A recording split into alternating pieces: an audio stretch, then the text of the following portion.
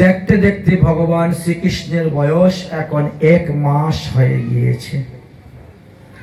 তিনি দিন দিন শশিকলার ন্যায় বড় হচ্ছেন।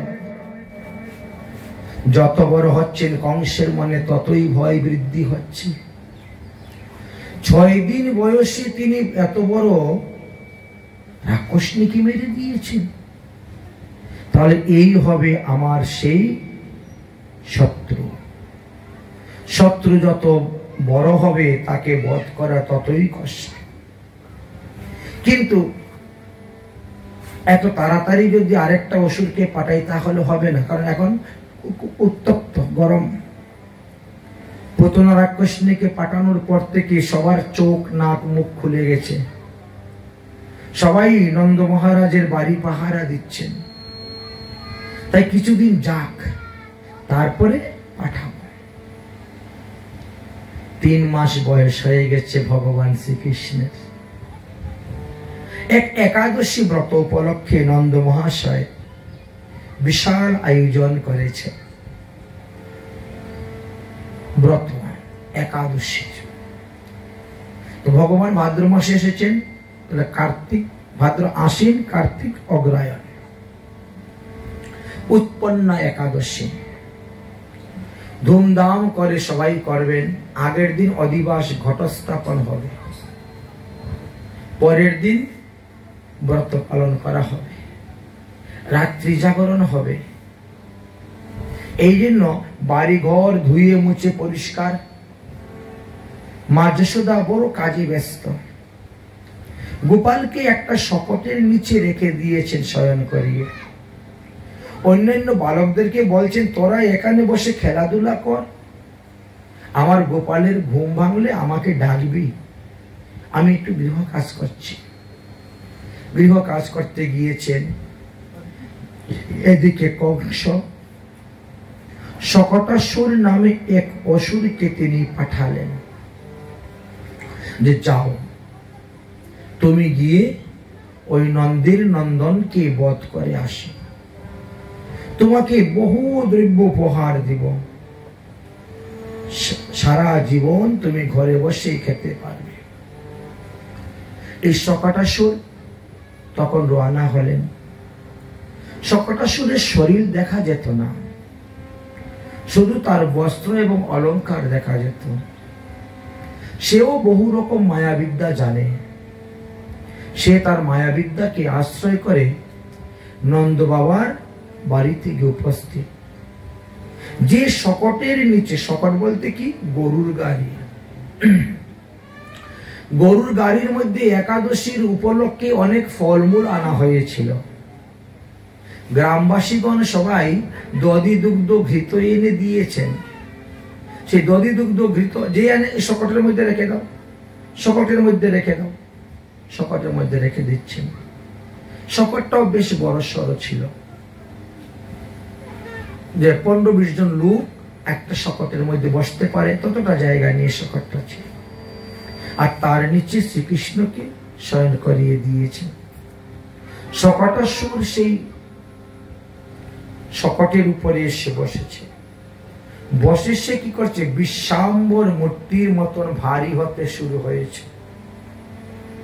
তার ভারে শকটের চাকা মাটির নিচে ডাবতে শুরু হয়ে গেছে। কতটা ভার চিন্তা করি, কতটা ভার হলে তাই হয়। আমরা হেঁটে যাচ্ছি, কই ডাবে না তো ভূমিটা, কিন্তু কোনো গাড়ি আসলে ডাবে যাবে। তার থেকে ভারী গাড়ি আসলে আরো বেশি। ঠিক তেমনি ভারে দ্বারা মাটি সরে যাচ্ছে, চাক্কা ডেবে যাচ্ছে। অন্তর্যামী ভগবান তো সবকিছুই জানেন, তথাপিও তিনি নরলীলা করে যাচ্ছে। আস্তে আস্তে দেখছেন যে শকটটা যেন বুকের মধ্যে চাপাই খেয়ে যাবে। তাই ভগবান এক লীলা করলেন, ঘুম থেকে উঠে গেলেন। আচ্ছা, 3 মাসের শিশু যদি তার ঘুম ভেঙে যায় তখন সে কি করে, দুগ্ধ পান করার জন্য কান্না করে, পিপাসা লাগে, ক্ষুধা লাগে। সে তোর মুখে বলতে পারে না আমাকে খেতে দাও, ক্ষুধা লেগেছে, কিন্তু কান্নার দ্বারা মা বুঝে ফেলে যে আমার ছেলের ক্ষুধা লেগেছে, তাই কান্না করছে। কান্না শুরু করেছে। দেখবেন বাচ্চাদের একটা স্বভাব আছে, ওই কান্না করবে আর দুটা পাকে এরকম করবে, পা দুটা। ভগবান শ্রীকৃষ্ণ কান্না করছেন আর পা দুটাকে এইভাবে নাড়ছেন, করতে করতে এমন জোরে একটা লাথি মেরেছেন যে শকট সহ আকাশ মার্গে উড়ে গেছে অসুর। শকটটা তো অন্যদিকে পরে ভেঙে চুরমার হয়ে সব জিনিসপত্র লন্ডভন্ড হয়ে গেছে, আর অসুরটা একটা পাথরের মধ্যে মাথা পরে একেবারে চূর্ণ বিচূর্ণ হয়ে গেছে মাথা। অসুরটা মারা গেল। কংসের কাছে সংবাদ গেল, কংস চিন্তা করলে সর্বনাশ, 6 দিনে পুতনাকে মেরে ফেলল আর 3 মাসে শকটাসুরকে মেরে ফেলল, এত বিষয়। পরীক্ষিত মহারাজ বলছেন, গুরুদেব এই শকটাসুর পূর্বজন্মে কে ছিল? ভগবান শ্রীকৃষ্ণের হাতে সে মারা গিয়েছে, কম ব্যাপার তো নয়, নিশ্চয়ই কোন একটা কারণ আছে। তখন বলছেন এই শকটাসুর পূর্বজন্মের কাহিনীর কথা বলছেন, যে এর নাম ছিল উৎকচ। শকটাসুরের আসল নাম ছিল উৎকচ। তিনি ছিলেন হিরণ্যকাক্ষের পুত্র। হিরণ্যকাক্ষ 9টি পুত্র সন্তান ছিল, তার স্ত্রীর নাম ছিল রুষভানু। সেই 9 পুত্রের মধ্যে এক পুত্র হলো এই উৎকচ। সে অত্যন্ত বলবান ছিল এবং তার শরীরটাও সেরকম বিশাল ছিল। এই উৎকচ একবার লোমশ মুনির আশ্রম দিয়ে যাচ্ছেন। তো আশ্রম দিয়ে যখন যাচ্ছেন তখন গায়ের মধ্যে কয়েকটা গাছ লেগে গেছে, লোমশ মুনির বাড়ির গাছগুলোকে তুলে ফেলে দিয়েছে। মানে ও যেদিকে যাবে, সামনে যা পাবে সব ভেঙে চুরে যাবে, ও রাস্তা পরিষ্কার, ও একে বেঁকে যাবে না, এত বিশাল কায় বিশাল শরীর। লোমশ মুনি এই দৃশ্য দেখে তখন রেগে গেলেন, পরে তুই কি শকট গাড়ি নাকি রে, যে একটু একে বেঁকে যেতে পারবি না, যেদিকে যাবি সোজা সব ভেঙে ফেঁকে যাবি, তোর এত অহংকার এত অভিমান, তো যা শকটাসুর হয়েই থাক। তখন টনক নড়েছে, মনির পায়ের মধ্যে পরে ক্ষমা ভিক্ষা চাচ্ছেন। মনি তখন বলছেন, যা তাহলে। 7ম মন্বন্তরের 28তম দাপর যুগে ভগবান শ্রীকৃষ্ণ অবতীর্ণ হইবেন, আর তিনার হাতে তুই মারা যাবি, উদ্ধার হবে। সাধুগণ মুনি ঋষিগণের নিগ্রহ অনুগ্রহ দুটাই আমাদের মঙ্গলজনক। তিনার কৃপাতেই তিনি শ্রীকৃষ্ণকে দর্শন পেয়েছিলেন। দেখতে দেখতে কৃষ্ণের বয়স এখন 1 বৎসর হয়ে গিয়েছে। 1 বৎসর হয়ে গেছে, তখন কি করলেন কংস? তৃণাব্রত নামক এক অসুরকে পাঠাইলেন। সেই অসুরও বহু বিদ্যা জানতেন, মায়াবিদ্যা। তিনি মুখ থেকে অগ্নি প্রকট করতে পারতেন, মুখ থেকে বায়ু প্রকট করতে পারতেন। এরকম মা যশোদা গোপালকে কোলে করে নিয়ে বসেছেন আর স্তন দুগ্ধ পান করাচ্ছেন, বারিন্দার মধ্যে বসেছেন। এমন সময়ে হঠাৎ করে ঘূর্ণি বায়ু শুরু হয়েছে, যে বায়ুর দ্বারা ধুলো উড়ে চতুর্দিকে অন্ধকার হয়ে যাচ্ছে। তাই মা যশোদা গোপালকে কোল থেকে নামিয়ে ঘরের দরজা জানালা বন্ধ করতে গিয়েছেন। সেই সুযোগে গোপালকে চুরি করে নিয়ে আকাশ মার্গে উঠে গেল অসুর। মা যশোদা এসে তো গোপালকে দেখতে না পেয়ে চতুর্দিকে তাকিয়ে দেখেন আকাশ মার্গে উঠে চলে যাচ্ছে গোপালকে নিয়ে। দেখো দেখো দেখো, এক অসুর রাক্ষস এসে আমার গোপালকে চুরি করে নিয়ে যাচ্ছে। কিন্তু আকাশ মার্গে উড়ার মতো শক্তি সাধন ভজন তো কেউ করে নাই।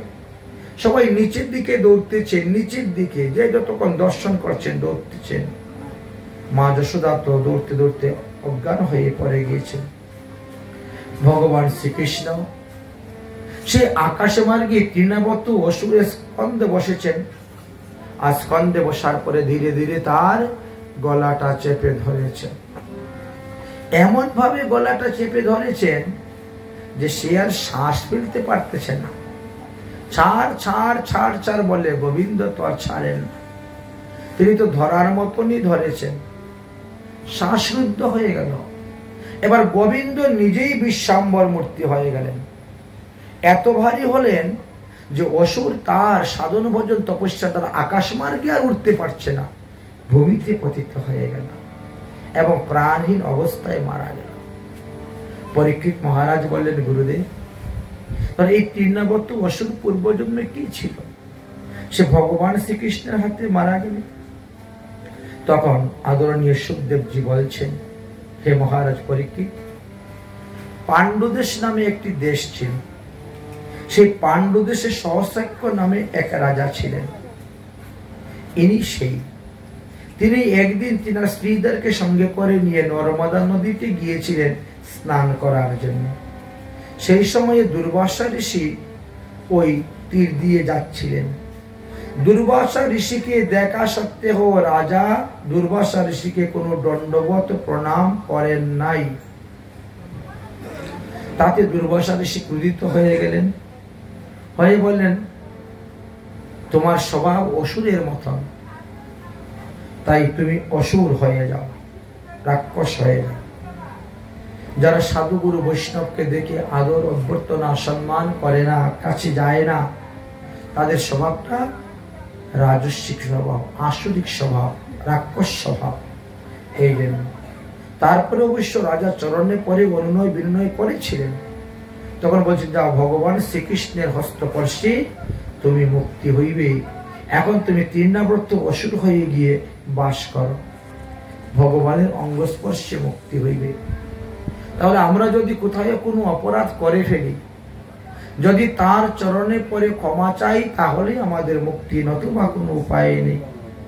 যদি আমাদের অহংকার অভিমান নিয়ে বসে থাকি, তাহলে কখনো মুক্ত হতে পারবো না। এই দুটা জিনিস আমরা এখান থেকে শিখতে পেলাম। ভগবান শ্রীকৃষ্ণ আরেকটু বড় হয়ে গেছেন, 3 মাস, হ্যাঁ, আরেকটু বড় হয়ে গেছেন ভগবান শ্রীকৃষ্ণ। এবার গর্গাচার্য এসেছেন ভগবান শ্রীকৃষ্ণের নামকরণ করার জন্য। গর্গাচার্যকে পাঠিয়েছিলেন বসুদেব।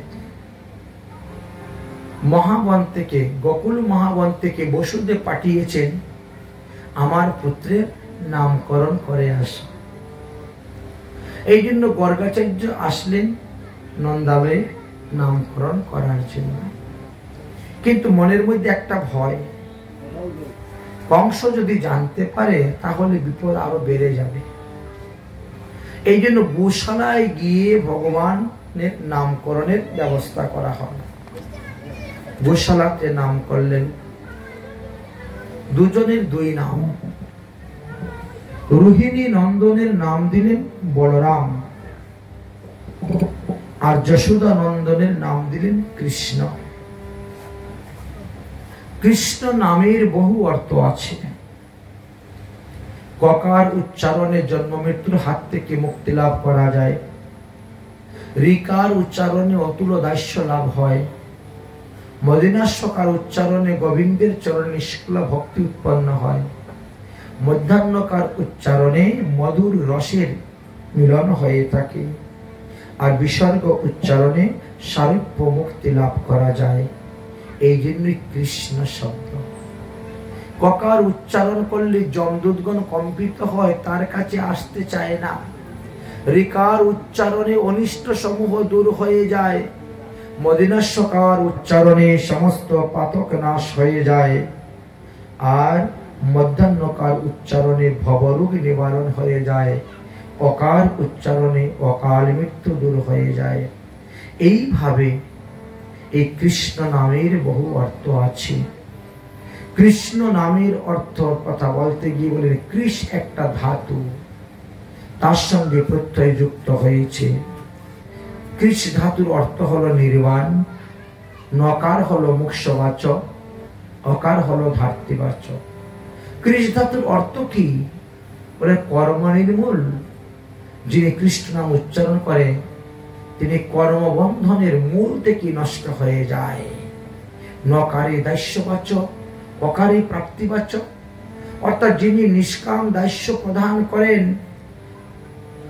তিনি হলেন কৃষ্ণ নামে অভিহিত।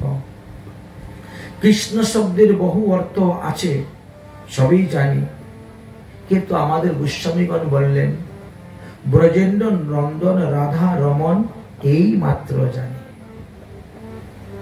ব্রজেন্দ্র নন্দন রাধা রমন এই মাত্র জানি।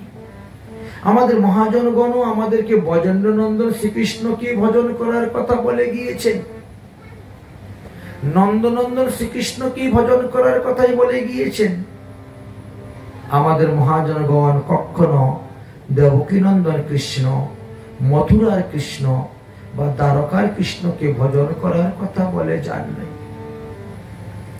দেখবেন তাদের পদ রচনা করে গিয়েছেন যে একটা সুন্দর পদ, সর্বত্র উপদেশ দিয়েছেন যে তোমরা ব্রজেন্দ্র নন্দন কৃষ্ণকেই ভজন করো।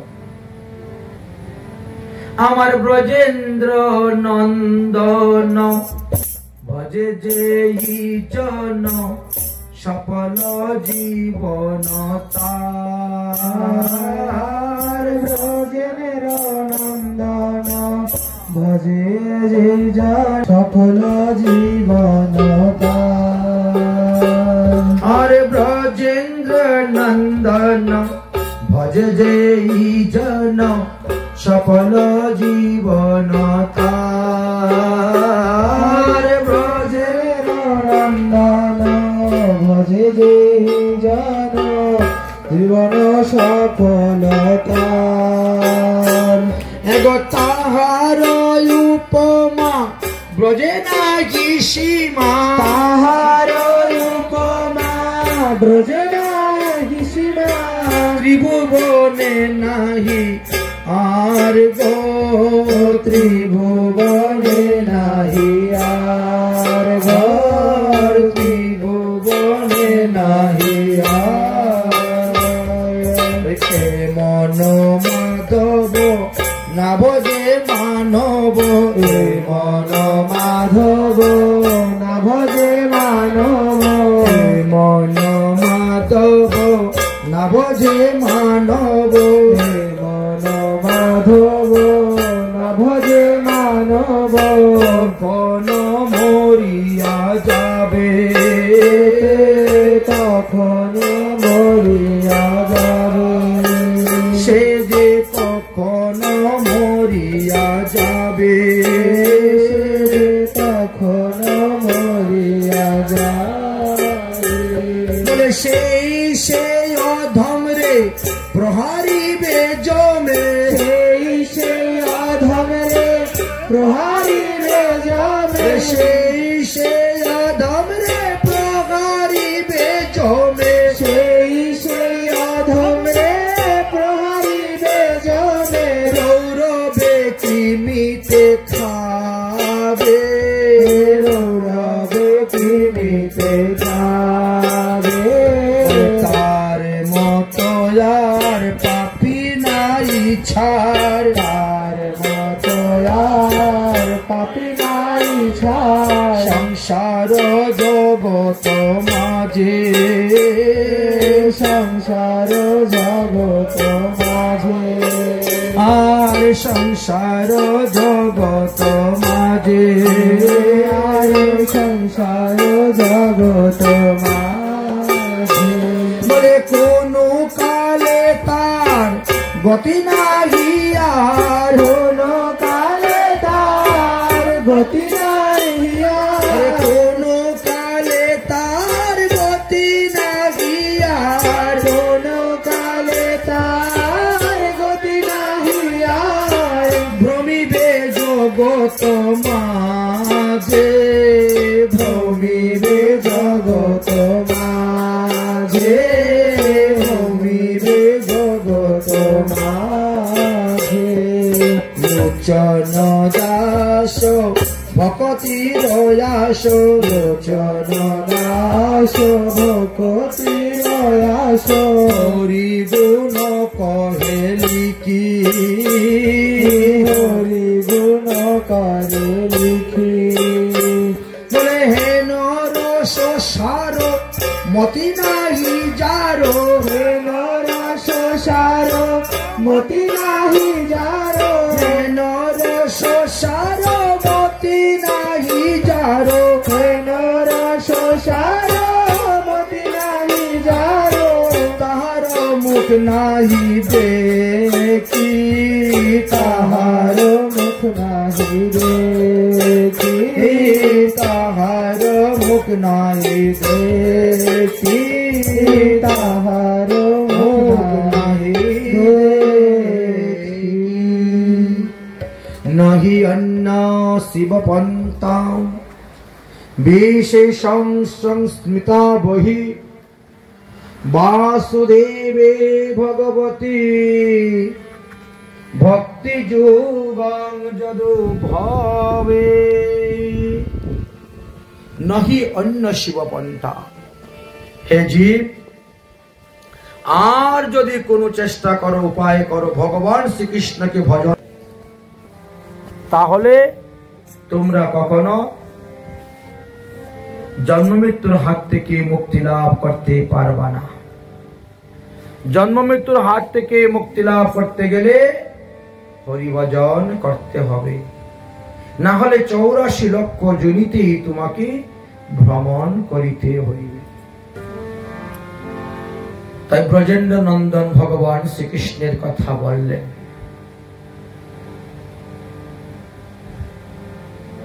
আর কি বললেন গর্গাচার্য? বললেন যে তোমারই ছেলে তো যুগে যুগে জন্ম নিচ্ছে গো। সত্য যুগে শুক্লবর্ণ ছিলেন, ত্রেতা যুগে রক্তবর্ণ ছিলেন, কলিযুগে পীতবর্ণ ছিলেন, ইদানিং দাপরেতে তিনি কৃষ্ণবর্ণ রূপে এসেছে, কালো বর্ণ শ্যাম বর্ণ, তাই আমি তার নাম কৃষ্ণ রেখেছি। আচ্ছা বাবা, আর কিছু দেখুন না, ধ্যান করে। হ্যাঁ হ্যাঁ হ্যাঁ, তোমারই ছেলে কোনো এক সময় না বসুদেবের পুত্র রূপে জন্ম নিয়েছিল, তাই আমি তার নাম বাসুদেব রাখলাম। তাই ভগবানের নাম এইভাবে বললেন। গর্গাচার্য ভগবান শ্রীকৃষ্ণের ভবিষ্যতে কি কি করবেন কুষ্টি বিচার করতে লাগলেন আর সমস্ত বর্ণন করলেন। ভগবান শ্রীকৃষ্ণের কুষ্টি বানানো হয়েছিল, সমস্ত গ্রহ নক্ষত্র সব ভালো জায়গায় ছিল, একটা গ্রহ একটু খারাপ জায়গায় ছিল, সেটা হলো সপ্তম। সপ্তম স্থানে যদি কারো রাহু থাকে, তাহলে সে বহু নারীর সঙ্গে প্রেম করে, বহু বিবাহ করে। এই রাহু যদি কারো চতুর্থ ঘরে থাকে কুষ্টির, তাহলে তার মা মারা যাবে অল্প বয়সী। ওই রাহু যদি কারো কুষ্টির নবম গ্রহে থাকে, তাহলে তার বাবা মারা যাবে। ছেলের কুষ্টির উপর মা বাবারও ভালো মন্দ বিচার আছে। পরিবারের একের কুষ্টিতে আরেকে নির্ভর করে। কুষ্টির মধ্যে 12টি ঘর থাকে, দেখবেন 12টি ঘরে 12 রকম বিচার থাকে। কোন ঘরে কোন গ্রহ থাকলে আপনার উপরে কি প্রভাব হইবে, কি প্রভাব পড়তে পারে। ভালো প্রভাব হলে তো ভালোই চলছে, যদি কখনো সেই গ্রহ রুষ্ট হয়ে যায়, খারাপ হয়ে যায়, তাহলে তার পূজা দিলে, তার সেবা দিলে সে সন্তুষ্ট হয়ে যাবে, তখন সে আর খারাপ করবে না, তার খারাপ দৃষ্টিটা দূর হয়ে যায়। এইভাবে বললেন। এবং কোন কোন সময়ে কোন কোন দশা আসবে, কত বৎসর দশা আসবে।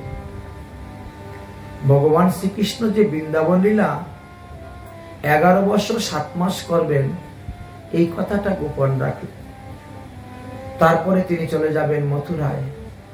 কিছু কিছু কথা আছে গোপন রাখতে হয়, যে সমস্ত কথা শুনলে পরে শ্রোতার মনে দুঃখ উৎপন্ন হয়, এমন দুঃখ উৎপন্ন হয় যে থাকা মরা সমান। সেই সমস্ত কথা না চট করে বলতে নাই।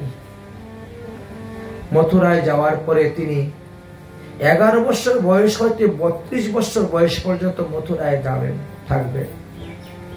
তারপরে তিনি দ্বারকায় গিয়ে লীলা করবেন, ইত্যাদি ইত্যাদি অনেক কথাই বর্ণন করা হয়েছে।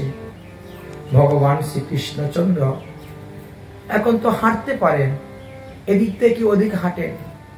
ছোট ছোট গরুর বাছুর গুলার লেজ ধরে ধরে উঠে দাঁড়িয়ে যান, গরুর লেজ ধরে দু চার পা হাঁটেন, আবার পরেও যান, আবার হোটেন, এইভাবে চলছেন, হাঁটছেন।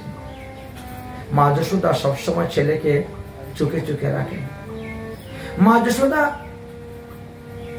যমুনায় স্নান করতে যাবেন, একটা পর্ব পড়েছে যমুনায় স্নান, ভাতৃ দ্বিতীয়ায় যমুনায় স্নানের অধিক মহিমা অন্যান্য দিন।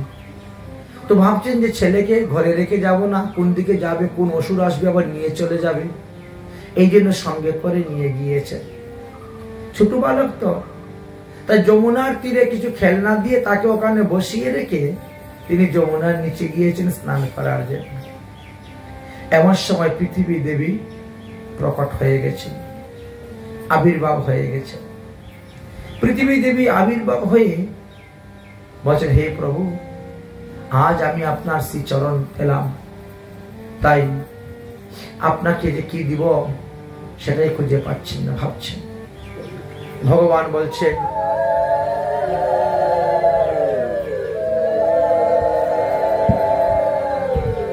ভগবান শ্রীকৃষ্ণচন্দ্র বলছেন, শশাগরা পৃথিবী তো তোমার, আমাকে দান করে দিয়েছ খেলার জন্য, লীলা করার জন্য, আর কি দিবি?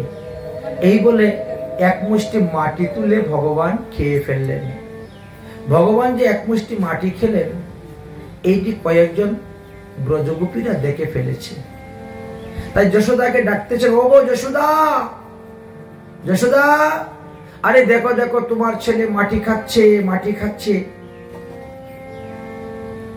যশোদা দৌড়ে এসেছেন, কিরে গোপাল, আমি তোকে অত দধি দুগ্ধ ক্ষীর সর নবনী খেতে দেই, এতে কি তোর পেট ভরে না?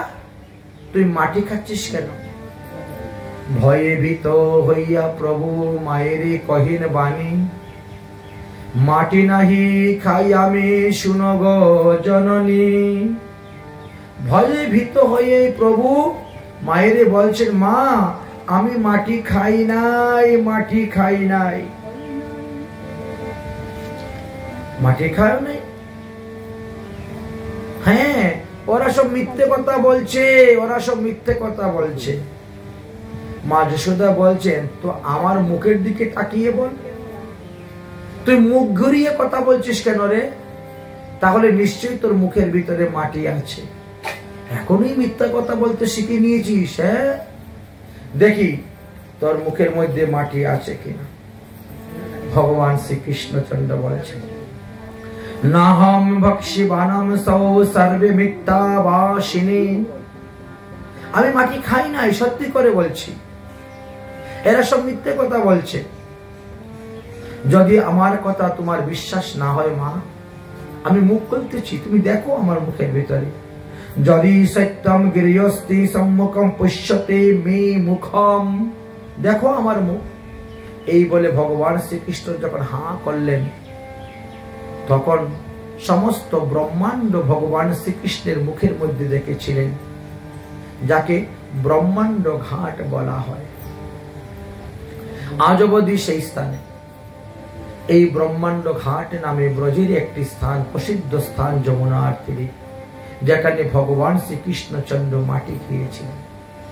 এখন ভগবান শ্রীকৃষ্ণ এদিক ওদিক খুব ছোটাছুটি করেন। এই জন্য দেবর্ষী নারদ আসলেন ভগবান শ্রীকৃষ্ণের লীলা দর্শন করার জন্য। গোকুলে এসে ভগবান শ্রীকৃষ্ণকে দর্শন করলেন। দর্শন করে তিনি আনন্দিত হলেন, কৃতার্থ হলেন, হয়ে তিনি রাবেলে গিয়েছেন রাধা রানীকে দর্শন করার জন্য।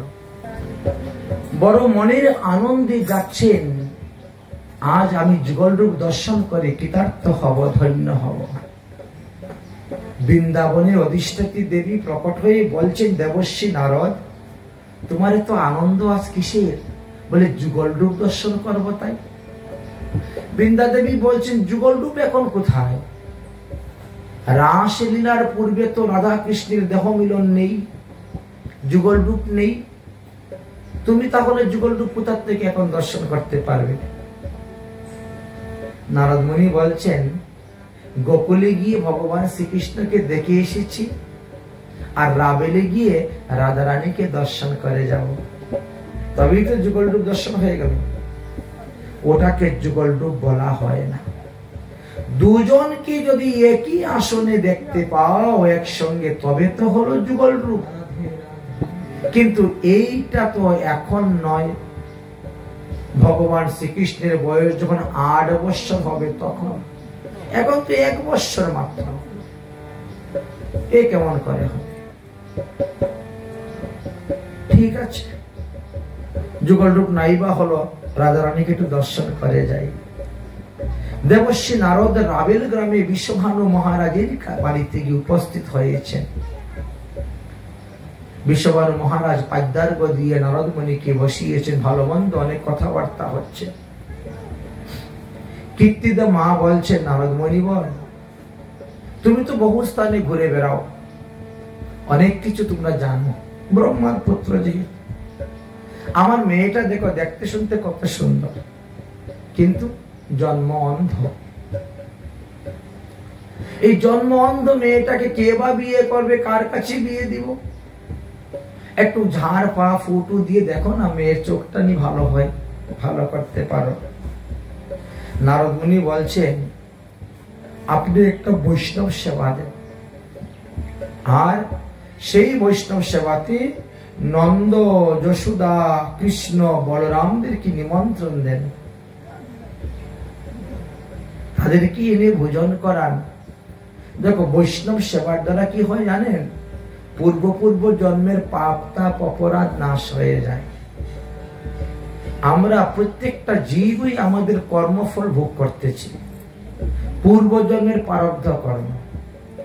এই প্রারব্ধ কর্ম নাশ করার একমাত্র উপায় হলো ভগবত সেবা, ভগবত পূজা, ভগবত ভক্তির সেবা। তাই করো। নন্দ মহারাজ এক কথায় রাজি হয়ে গেলেন। তাহলে মুনিবর, আজকে আপনি একটু আমাদের এখানে থাকেন, আগামী করলেই বৈষ্ণব সেবার ব্যবস্থা। সঙ্গে সঙ্গে চতুর্দিকে নিমন্ত্রণ। নন্দ মহারাজ, মা যশোদা, কৃষ্ণ, সবার নিমন্ত্রণ। আসলেন। নন্দরানী কৃষ্ণকে কুলে করে নিয়ে আসতে না আসতে রাবেলে কৃষ্ণ রাস্তায় ঘুমিয়ে পড়ে গেছেন। নন্দরানী আসার পরে কীর্তিদা মাইয়া বলছেন, তোমার ছেলেকে আমার মেয়ের পালঙ্কের পাশে ঘুম পাতিয়ে দাও, আর তুমি আসো, রান্নাঘরে কাজ করতে হবে। রাধা রানীর পাশে কৃষ্ণকে ঘুম পাতিয়ে দিয়েছেন, আর দিয়ে দুজন মিলে খুব কথাবার্তা বলছে, আর রান্নার কাজ চলতেছে। এদিকে কথাবার্তা বলছেন আর ওদিকে রান্নার কাজ চলতেছে। এমত অবস্থায় ভগবান শ্রীকৃষ্ণ কি করলেন? পাশ পরিবর্তন করবেন।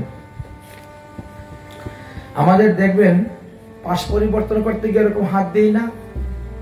আজকেই হলো সেই একাদশী। আজকে কিন্তু আমাদের পাশ পরিবর্তন একাদশী, কিন্তু ওটা ব্রত নয়। যদিও শুদ্ধ একাদশী পড়েছে, কিন্তু তথাপিও আমাদের মহাজনগণ বলেছেন যে শুদ্ধ একাদশী পড়া সত্ত্বেও তার পরের দিন যদি মহা দ্বাদশী হয়, তাহলে শুদ্ধ একাদশী ত্যাগ করিয়া আপনি দ্বাদশীতেই ব্রত করিবেন। এটা মহাজনগণের মত, এটা মহাজনগণের পথ। এই জন্য দ্বাদশীতে ব্রত করার বিধান দিয়ে গিয়েছেন। দ্বাদশীতে ব্রত করলেও আপনি একাদশীর ব্রতের ফল লাভ করতে পারবেন। এই যে আজকে যে আমরা ব্রত না করে আগামী করলেও ব্রত করতেছি, আগামী করলেও 3টি যুগ পড়েছে আমাদের, যাকে বিষ্ণু শৃঙ্খল যুগ বলা হয়। শ্রবণা নক্ষত্র যুক্ত হয়েছে। ভাদ্র মাসের শুক্লপক্ষের দ্বাদশীতে যদি শ্রবণা নক্ষত্র যুক্ত হয়, তাহলে তাকে মহা দ্বাদশী ব্রত বলা হয়। আর এই মহা দ্বাদশী ব্রত কি হয় জানেন? 24টা একাদশী ব্রতের ফল লাভ করতে পারবেন। এক বৎসরে আপনি যতগুলো একাদশী, সমস্ত একাদশী ব্রতের ফল আপনি একটার মধ্যেই লাভ করতে পারবেন। এক নম্বর কথা। দ্বিতীয় কথা হলো, আগামী করল আমাদের বামন দ্বাদশী পড়েছে। যদিও বামন দ্বাদশী অষ্টমহা দ্বাদশীর অন্তর্ভুক্ত নয়, কিন্তু বামন দ্বাদশীটা ভগবানের জয়ন্তী ব্রতের অন্তর্ভুক্ত। জয়ন্তী ব্রত হলো আমাদের 9টা। একটা জয়ন্তী ব্রত পালন করলে আমরা 1000 একাদশী ব্রতের ফল লাভ করতে পারি,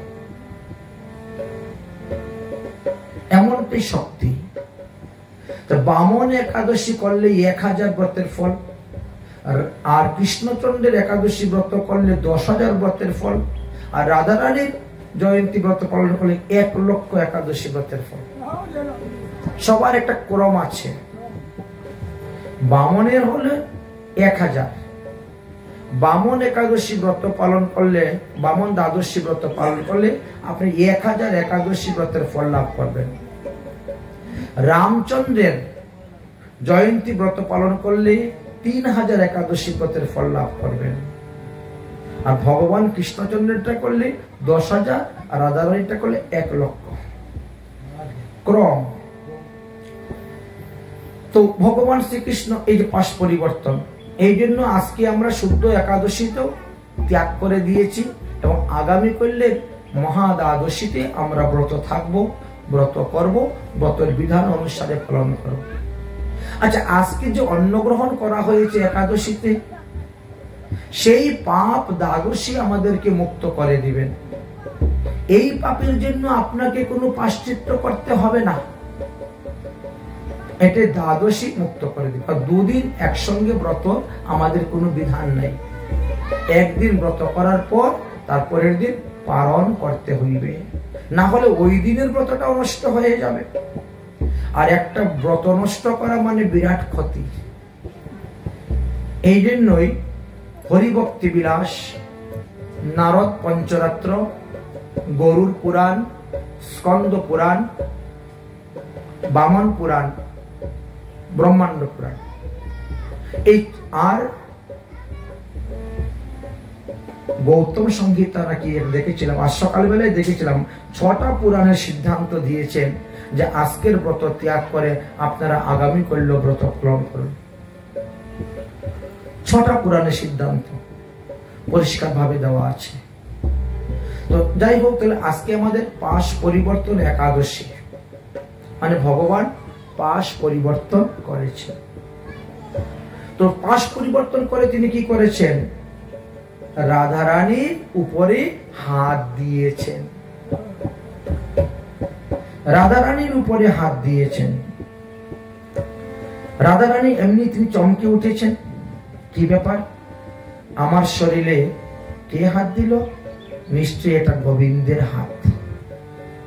আমি তো মনে মনে সংকল্প নিয়েছিলাম, যতদিন পর্যন্ত আমার প্রাণ গোবিন্দ আমার কাছে না আসবেন, ততদিন পর্যন্ত আমি অন্ধের অভিনয় করেই থাকব। আমি এই পৃথিবীতে এসে অন্য কোন পরপুরুষের মুখ দর্শন করিব না। এটা ছিল তিনার প্রতিজ্ঞা, এটাই ছিল প্রতিজ্ঞা। আর আজ সেই প্রতিজ্ঞা পূর্ণ হয়ে গেল। রাধারানী তখন শ্রী গোবিন্দকে দর্শন করে কৃতার্থ হলেন। দুজনের মধ্যে নয়নে নয়নে কথা হচ্ছে, দুজনে তো ছোট, যাতে কেউ বুঝতে পারে না, তাই নয়নে নয়নে দুজনের মধ্যে কথা হচ্ছে। আর কথা বলতে বলতে কতক্ষণ পরে রাধারানী চিন্তা করলেন, গোবিন্দের কৃপায় আমার চোখটা ভালো হলো, যে এটা লোককে তো জানাতে হবে, বোঝাতে হবে। তো তাই শিশুর মতো আচরণ। এক শিশু যেমন আরেক শিশুকে দেখলে ভয় পায়, কান্না করে, ঠিক তেমনি ভাবে রাধারানী যেমন ক্ষুধা লেগেছে কান্না করতে শুরু করেছেন। নন্দরানী বলছেন, দেখো দেখো তোমার মেয়ে কান্না করছে গো। কীর্তিদা বলছেন, হয়তো তোমার ছেলে চিমটি মেরে দিয়েছে, এই জন্য আমার মেয়ে কান্না করতেছে। দৌড়ে গিয়ে যখন রাধারানীকে কোলে তুলে নিলেন, তখন দেখেন মেয়ের চোখ ভালো হয়ে গেছে। বলে, তোমার ছেলের হাতে কি জাদু গো? তোমার ছেলের স্পর্শেতে আজ আমার মেয়ের চোখ ভালো হয়ে গিয়েছে। তাই মহাজনগণ বর্ণন করে গিয়েছেন রাধারানী লীলা কথা।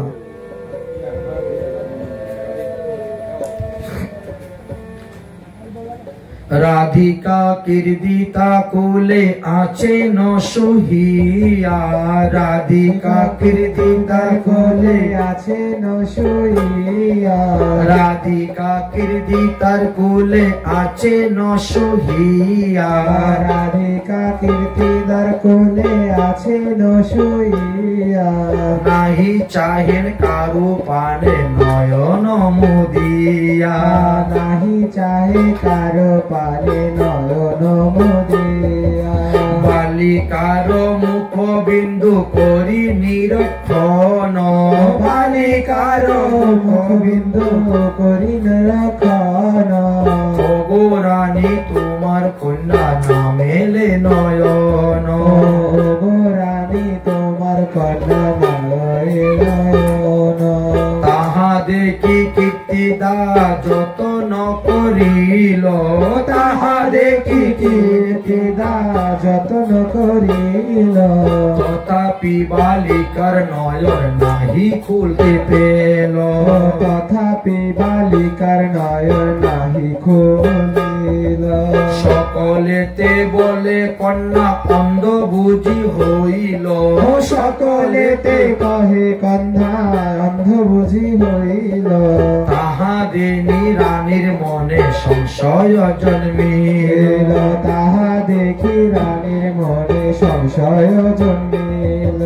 যদুনাথ দাসে কয়ে ভয় নাহি বাস, যদুনাথ দাস কয়ে ভয় নাহি জান। নয়ন মেলিবে রাধা আসলে কৃষ্ণচন্দ্র, নয়ন মেলিবে রাধা আসলে কৃষ্ণচন্দ্র। চিন্তা করো না, যতদিন পর্যন্ত শ্রী গোবিন্দ না আসে ততদিন পর্যন্ত কৃষ্ণ চক্ষু খুলবে না। আজ নারদ মুনি এসে বলছেন, কীর্তিদার কন্যার কথা শুনো নন্দিনী, কীর্তিদার কন্যার কথা শোনো নন্দিনী। আরে কীর্তিদার কন্যার কথা শুনি নন্দ রানী, কীর্তিদার কথা শুনে নন্দ রানী। গোপালকে কোলেতে লইয়া আইলা তখনি, গোপালকে কোলেতে লইয়া আইলা তখনি। কীর্তিদার নিকটে তখন গিয়া নন্দ রানী, কীর্তিদার নিকটে যাইয়া গিয়া নন্দ রানী। কীর্তিদা প্রভু দিয়া কহিলে নবানী, কীর্তিদা প্রভু দিয়া কহিলে নবানী। পূর্ব জন্মে তুমি কত পুণ্য করেছিলে, পূর্ব জন্মে তুমি কত পূর্ণ করেছিলে। সেই কারণে এমন সুন্দর কন্যা কুলে পাইলে, সেই কারণে এমন সুন্দর কন্যা কুলে পাইলে। কীর্তিদার সনে রানী আলাপ হয়ে আছে, কীর্তিদার সনে রানী আলাপ হয়েছে। কুল হইতে কৃষ্ণচন্দ্র নামিলা সেই কনে, হইতে কৃষ্ণচন্দ্র নামিলা সেই কনে। হামাগুড়ি দিয়া কৃষ্ণ রায়ের নিকট আইলা, হামাগুড়ি দিয়া কৃষ্ণ রায়ের নিকট আইলা। বক্সে হাত দিয়া কিছু কহিতে লাগিলা, বক্সে হাত দিয়া কিছু কহিতে লাগিলা। আরে নয়ন মুদিয়া কেন আছো কমালিনী, নয়ন মুদিয়া কেন আছো কমলিনী। আরে নয়ন মেলিয়া মোরে দেখো রাজনন্দিনী, নয়ন মেলিয়া মোরে দেখো রাজনন্দিনী। তুমি মোর সর্বস্ব জীবনের জীবন, তুমি মোর সর্বস্ব জীবনের জীবন। তোমার লাগে আমি একা পেলাম বৃন্দাবন, পেলাম বৃন্দাবন। কৃষ্ণ কর পরশিয়া নয়ন মেলিলা, কৃষ্ণ কর পরশিয়া নয়ন মেলিলা, কৃষ্ণানন নিরকিয়া আনন্দে ভাসিলা, কৃষ্ণ কর আনন্দে মেলিলা। নাসের মহান হম নাহ হর মন, দাসের মনে হর নাহ হর মন। প্রথম মিলন কহে এ দাস লোচন, প্রথম মিলন করে দাস লোচন। বল রাধে রাধে গোবিন্দ জয় জয়, রাধে রাধে গোবিন্দ জয় জয় রাধে রাধে গোবিন্দ জয় জয়, রাধে রাধে গোবিন্দ জয় জয় শ্রী রাধে। এইভাবে রাধা গোবিন্দের প্রথম মিলন বাল্যকালী হয়ে গেল রাবেল গ্রামেতে। আপনারা রাবেল গ্রামে যাওয়ার পরে রাধা রানীর যে বাগিচা আছে, বাগিচাতে যাবেন। ওখানে যাওয়ার পরে একটা বৃক্ষ দেখবেন পাক্কা করে বাঁধানো আছে। ওই বৃক্ষের অর্ধেকটা বৃক্ষের ডালপালা ছাল বাকল সব কালো, অর্ধেকটা বৃক্ষের ডালপালা ছাল বাকল সব সাদা, মানে অর্ধেক রাধা অর্ধেক কৃষ্ণ। পুরো অপূর্ব সুন্দর দর্শনীয়, দর্শন করবেন। যদি কখনো রাবেল গ্রামে যান বলবে বাগিচা দর্শন করেন, বাগিচা মানে বাগান। ওখানে দেখবেন রাধা কৃষ্ণের ঝুলন আছে আর অন্যান্য খেলনার সব আছে, সেটা দর্শন করবেন। তো রাধারানী কি করলেন, তখন চিন্তা করলেন তাহলে আমি সবাইকে জানিয়ে দেই আমার যে চোখ খুলেছে। তাই রাধারানী ক্রন্দন করেছেন। বালিকার ক্রন্দন শুনিয়া তখন, বালিকার ক্রন্দন শুনিয়া তখন, বালিকার ক্রন্দন শুনিয়া তখন, বালিকার ক্রন্দন শুনিয়া তখন, কীর্তিদা ফিরিয়া চায়,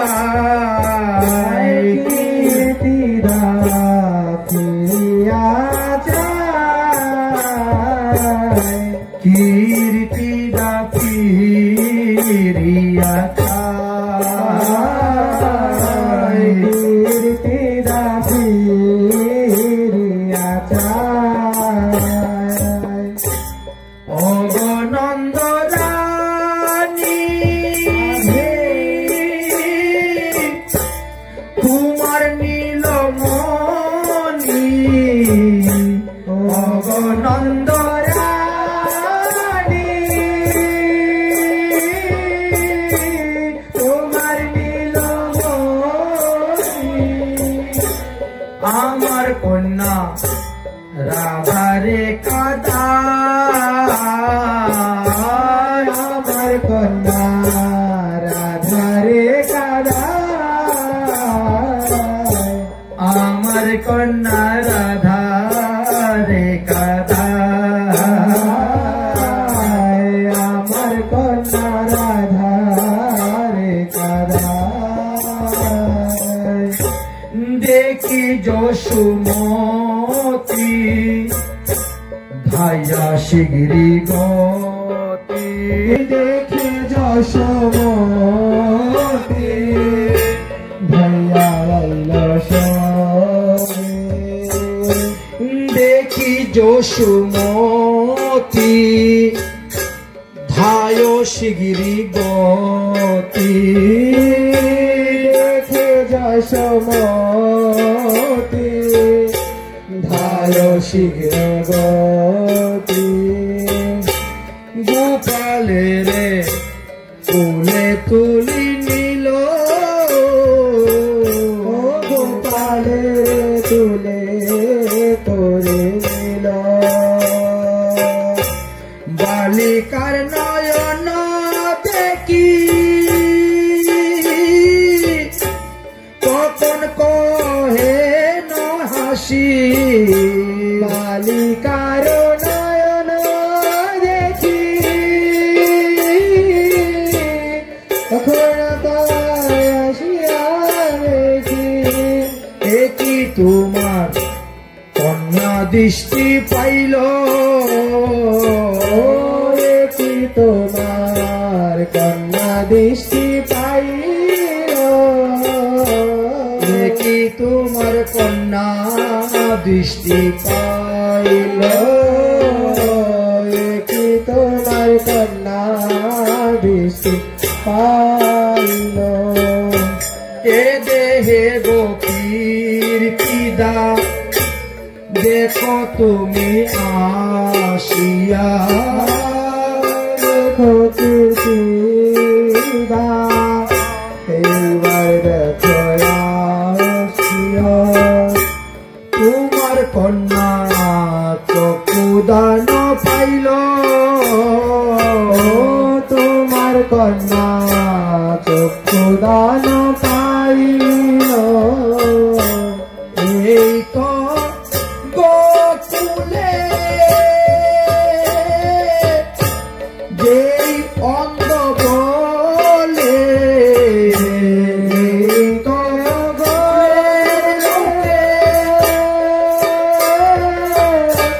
যে অন্ধ বলে তাহার যে নাহি কনয়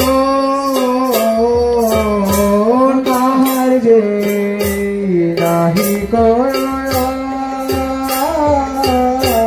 তাহার যে নাহি কনয় তাহার যে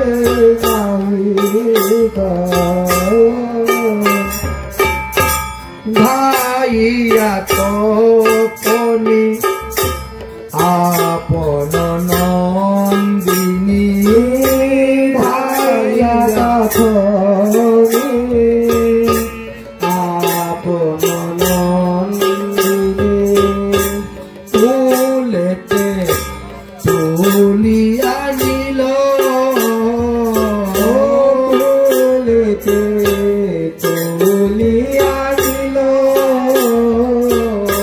তুলেতে তুলিয়া নিল তুলিতে তুলিয়া নিল আনন্দিত মনে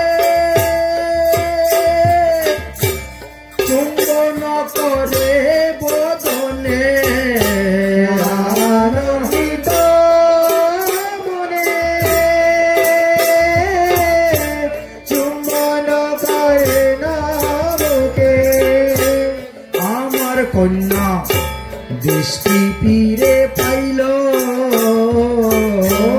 আমার কন্যা দৃষ্টি ফিরে পাইল আমার কন্যা দৃষ্টি ফিরে পাইল আমার কন্যা দৃষ্টি ফিরে পাইল দেবশ্রী নারদের মনোবাসনা পূর্ণ হল এদিকে কীর্তিদা মায়েরও মনোবাসনা পূর্ণ হয়ে গেল মা কীর্তিদা দেখলেন গোপাল তিনার কন্যার চোখ ভালো হয়ে গিয়েছে এইভাবে অনাদি বাল্যকাল হইতে অপূর্ব লীলা করে যাচ্ছেন কিন্তু মা যশোদা কখনো গোপালের উপর ভগবত জ্ঞান আসে নাই গোপাল যে ঈশ্বর গোপাল যে স্বয়ং ভগবান এটা তিনার মনে ছিল না গোপাল আমার পেটের ছিল দেখতে দেখতে ভগবান আর একটু বড় হলেন এখন অনেক সখা জুটে গেছে সারাদিন পাড়ায় পাড়ায় ঠই ঠই করে ঘুরে বেড়ান সখাদের সঙ্গে খেলাধুলা করেন অনেকগুলা সখার মধ্যে এক সখার নাম হলো মধুমঙ্গল মধুমঙ্গল বলছে ভাই কানাই তুই যখন ছোট ছিলে তখন গর্গাচার্য এসেছিলেন তোর নামকরণ করার জন্য তো নামকরণ করার সময় তিনি এবার কুষ্টি বিচারও করেছিলেন। কুষ্টি বিচার করে বলছিলেন, তোমার এই ছেলে বড় হলে পরে এক মস্ত বড় চোর হবে। ভাই কানাই, তুই তো অনেক বড় হয়ে গেছিস, তো চুরি বিদ্যা কবে থেকে করবে রে? তোর কুষ্টির মধ্যে কিন্তু লেখা আছে। ভগবান শ্রীকৃষ্ণ বলছেন, আমি হলাম নন্দ রাজার ছেলে, আমি চুরি করতে যাব কেন? আচ্ছা, চুরি আমি করবই বা কেন? কিসের অভাব আমার? আমার তো কোনো কিছুর অভাব নাই, আমি চাওয়ার আগেই পেয়ে যাই, তো আমি চুরি করতে যাব কেন? আর কি বা চুরি করবো বল তো, কি আছে এমন চুরি করা? মধুমঙ্গল বলছে, মাখন। মাখন মাখন চুরি। তোর মাখন চুরি? মাখন আমাদের ঘরে কম নাকি? 9 লক্ষ গাভী। আচ্ছা, 9 লক্ষ গাভী থেকে ডেইলি কয় কুইন্টাল মাখন বেরোয় চিন্তা করতে পারছেন? আমি ওর মাখন চুরি করে খাবো কেন? মা তো আমাকে দণ্ডে দণ্ডে ননি খাওয়ায়, মাখন খাওয়ায়।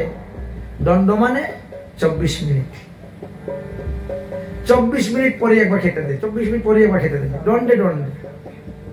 তো এত মাখন ননি মা আমাকে খাওয়ায়, তারপর আমি চুরি করবো কেন রে? মধুমঙ্গল বলছে, জানিস চুরি করে খাওয়ার স্বাদটাই আলাদা। চুরি করে খাওয়ার যে স্বাদ, ওটা সম্পূর্ণ আলাদা। কানাই, ওটা তুই বুঝিস না। একদিন চুরি করে খা, তারপরে দেখবে কি স্বাদ। বুঝলেন? আমাকে দিকে ডাব চুরি করে, তোমাদের দিকে ডাব চুরি। জগন্নাথ কাঁঠাল চুরি করেছিলে প্রভুকে নিয়ে। চুরি করে খাওয়ার স্বাদই আলাদা, বুঝছেন?